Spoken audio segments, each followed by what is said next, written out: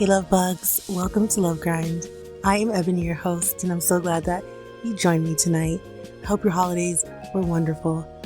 Well, tonight we're going to talk about the different types of love addicts.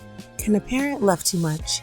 Sometimes I think that maybe if you overlove, people will take you for granted, but I don't know. Let's get right into it. We're going to get our information tonight from a wonderful guy who is a psychologist and a relationship expert. His name is Jim Hall. So feel free to get on jimhalliBelieve.org and you can get some information from him. He has a plethora of different articles. Let's get right into it, okay, love bugs? The different types of love addicts. Can a parent love too much? Well, love comes in many forms, and so does love addiction. Psychologist and love addiction expert Jim Hall identified 9 different types of love addicts.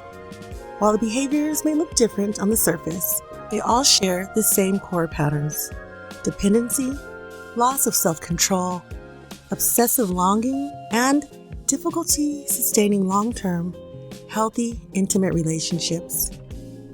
No matter the type, the consequences are often the same: emotional chaos, self-sabotage, shame, and relationships that feel intense, but ultimately leave us unfulfilled.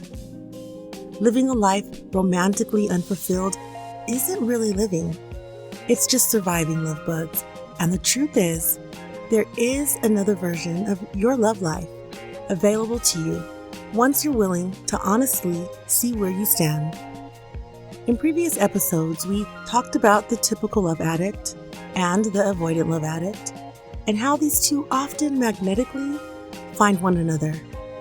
Today, we'll walk through the remaining 7 love addiction types, ending with one that's rarely, if ever, discussed: the parental love addict, and explore whether it's possible for a parent to love too much. Before we begin, guys, I want to say this clearly. This episode is not about judgment. It's about awareness. There's no benefit in shaming ourselves or others. Healing begins with understanding and compassion. Number 1, our romantic love addict. The romantic love addict is addicted to infatuation itself.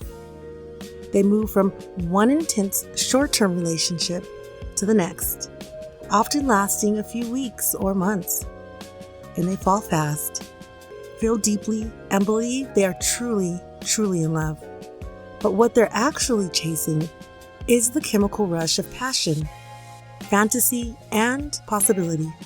In healthy relationships, the initial high naturally evolves into trust, right? Into intimacy and emotional safety. For the romantic love addict, that transition feels terrifying or boring. Once the excitement fades, anxiety sets in and they move on.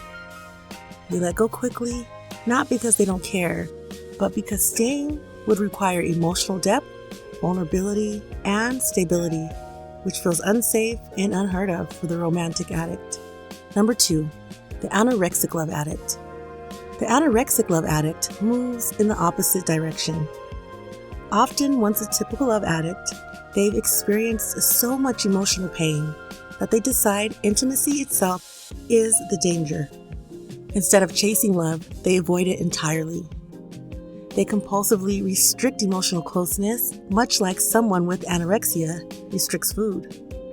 Avoiding relationships gives them a sense of control and protection.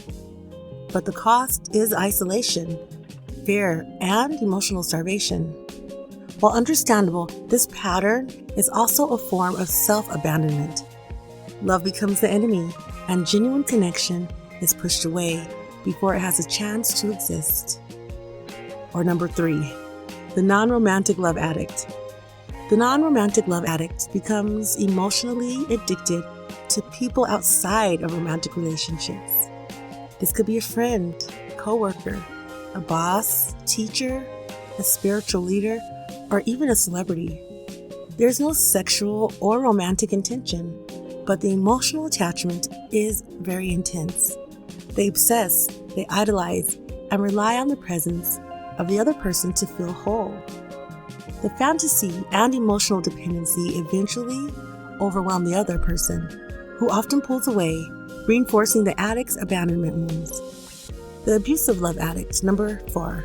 The abusive love addict seeks power and control, not connection. Abuse can be emotional, verbal, psychological, or physical, including manipulation, intimidation, gaslighting, or violence. These individuals' love bugs often display traits of avoidant love addicts and may struggle with substance abuse.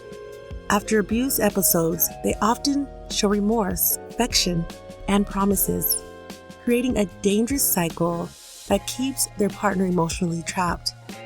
At its core, this addiction feeds on dominance and fear, not love. Ooh, that gives me the chills. Number 5, battered love addict. The battered love addict stays, right? They tolerate emotional, psychological, or physical abuse due to deep denial and trauma bonding, and low self-worth. Many grew up in abusive homes where love and pain were intertwined. Abuse feels familiar to them, even when it's destructive. Leaving feels more terrifying than staying. Trauma bonds form through cycles of reward and punishment, making separation feel impossible. Number 6, sex and love addict. Well, the sex and the love addict confuse intimacy with sexual connection. Unlike a pure sex addict, their obsession centers on one partner. Sex becomes the primary source of validation, emotional regulation, and connection. So rejection, even if it's perceived, triggers deep shame, rage, or despair. Their unmet needs for love become sexualized, but sex alone can never fulfill these emotional wounds. And last but not least is our parental love addict. The parental love addict is not about romance, but the impact can be just as damaging. This parent unconsciously uses their child to fill unmet emotional needs. They're seeking love, validation, connection, or purpose. Boundaries are blurred. Children are expected to comfort, please, or emotionally support the parent. Some parents mold children into unrealistic versions of themselves, projecting unfulfilled dreams, demanding perfection, or controlling identity and choices.